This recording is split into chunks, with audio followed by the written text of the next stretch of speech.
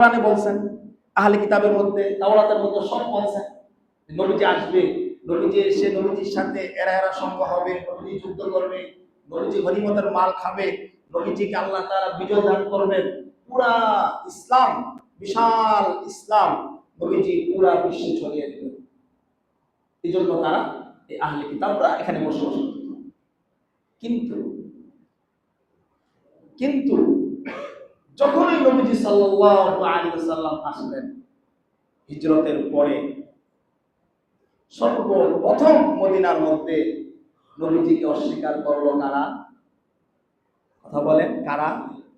যারাই নবীজিকে মারার জন্য আসছে, নবীজির ধর্ম গ্রহণ করার জন্য আসছে, এই আহলে কিতাব, এই ইহুদি, এরাই সর্বপ্রথম নবীজিকে মদিনায় অস্বীকার করা শুরু। নাউযুবিল্লাহ। আল্লাহ কোরআনের মধ্যে এই ঘটনাটাকে চমৎকার ভাবে আলোচনা করেছেন। আল্লাহ এক জায়গায় বলেন, وآمنوا بما أنزلت مصدقا لما معكم ولا تكونوا أول كافر به ولا تشتروا بآياتي ثمنا قليلا وإياي فاتقون।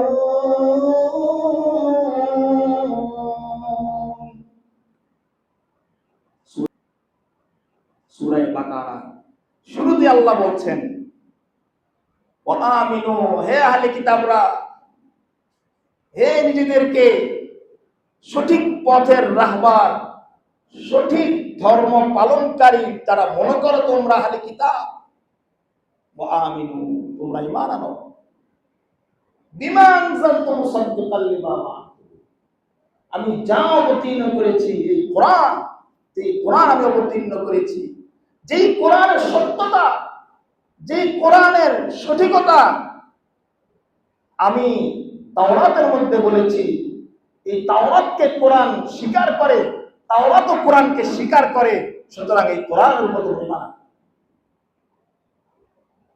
ওয়ালা তাকুনু, তোমরা হয়ো না আউয়ালা কাফিরিন বি, সর্বপ্রথম অস্বীকারী হয়ো।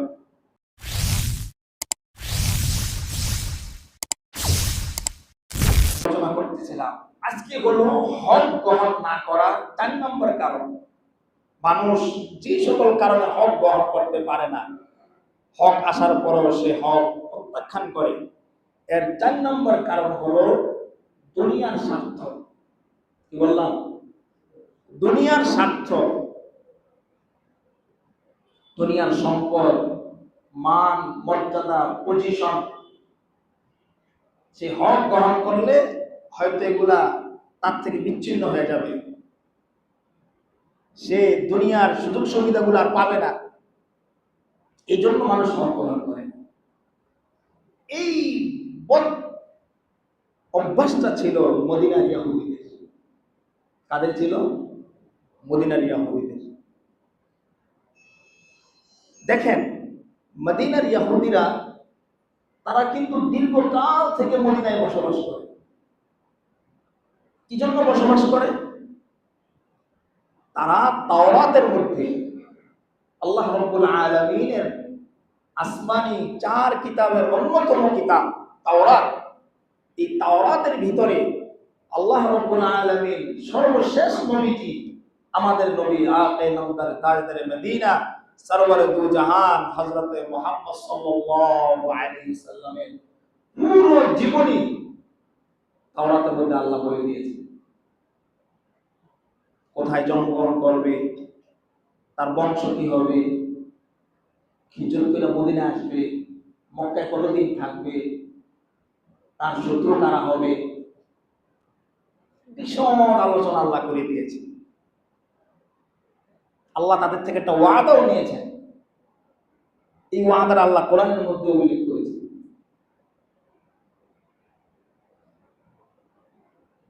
আল্লাহ বলেন, وَإِذْ أَخَذَ اللَّهُ مِيثَاقَ الَّذِينَ أُوتُوا الْكِتَابَ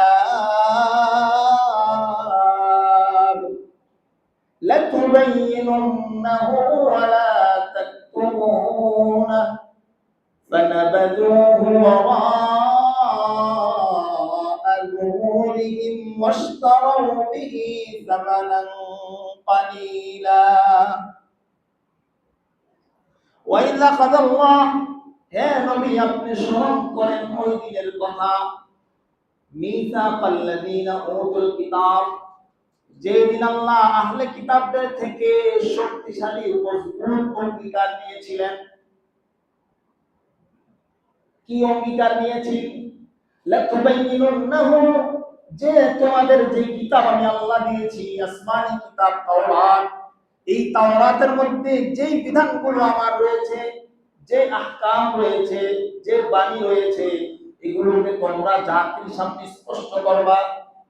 ওয়ালা তাকতুমুনা কোন বিধান, কোন হুকুম, কোন ঘটনা তোমরা গোপন করবা না। ফানাবাযুহু ওয়ারাআ যুহুরিহিম যখন তাদের কাছে ওই ঘটনা উপস্থাপিত হয়, আল্লাহর বিধান আসে, তখনই তারা এটাকে গোপন করে ফেলে, পিছনে রেখে দেয়। দেখেন আল্লাহ এখানে ওয়াদা নিয়েছেন তোমরা সত্য, এদেরকে বলা হতো আহলে কিতাব, কিতাবদারি, কিতাবের ইলম জাননেওয়ালা। তো এরা সব কিছু জানতো নবীজি সাল্লাল্লাহু আলাইহি ওয়াসাল্লামের এই এই এই এই সব কিছু তারা জানতো, পরিচয়। এই জন্য তারা সুদূর পারস্য, আরো বিভিন্ন ইরান, ওখান থেকে তারা এসে মদিনায় বসবাস করত। কি উদ্দেশ্যে?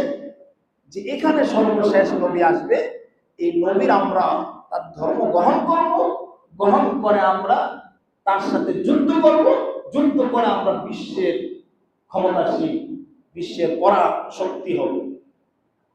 আল্লাহ কোরআনে বলছেন, আহলে কিতাবের মধ্যে, তাওরাতের মধ্যে সব বলছেন নবীজি আসবে, নবীজি এসে নবীজির সাথে এরা এরা সঙ্গ হবে, নবীজি যুদ্ধ করবে, নবীজি গনিমতের মাল খাবে, নবীজিকে আল্লাহ তাআলা বিজয় দান করবেন। পুরা ইসলাম, বিশাল ইসলাম নবীজি পুরা বিশ্বে ছড়িয়ে দিবেন। এই জন্য তারা এই আহলে কিতাবরা এখানে বসবাস করত। কিন্তু কিন্তু যখনই নবীজি সাল্লাল্লাহু আলাইহি ওয়াসাল্লাম আসলেন হিজরতের পরে, সর্বপ্রথম মদিনার মধ্যে নবীজিকে অস্বীকার করলো কারা? কথা বলেন, কারা? যারাই নবীজিকে মারার জন্য আসছে, নবীজির ধর্ম গ্রহণ করার জন্য আসছে, এই আহলে কিতাব, এই ইহুদি, এরাই সর্বপ্রথম নবীজিকে মদিনায় অস্বীকার করা শুরু করলো। নাউযুবিল্লাহ। আল্লাহ কোরআনের মধ্যে এই ঘটনাটাকে চমৎকার ভাবে আলোচনা করেছেন। আল্লাহ এক জায়গায় বলেন, وآمنوا بما أنزلت مصدقا لما معكم ولا تكونوا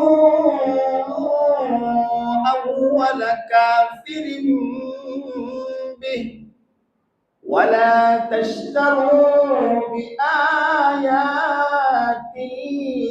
ثمنا قليلا وإياي فاتقون।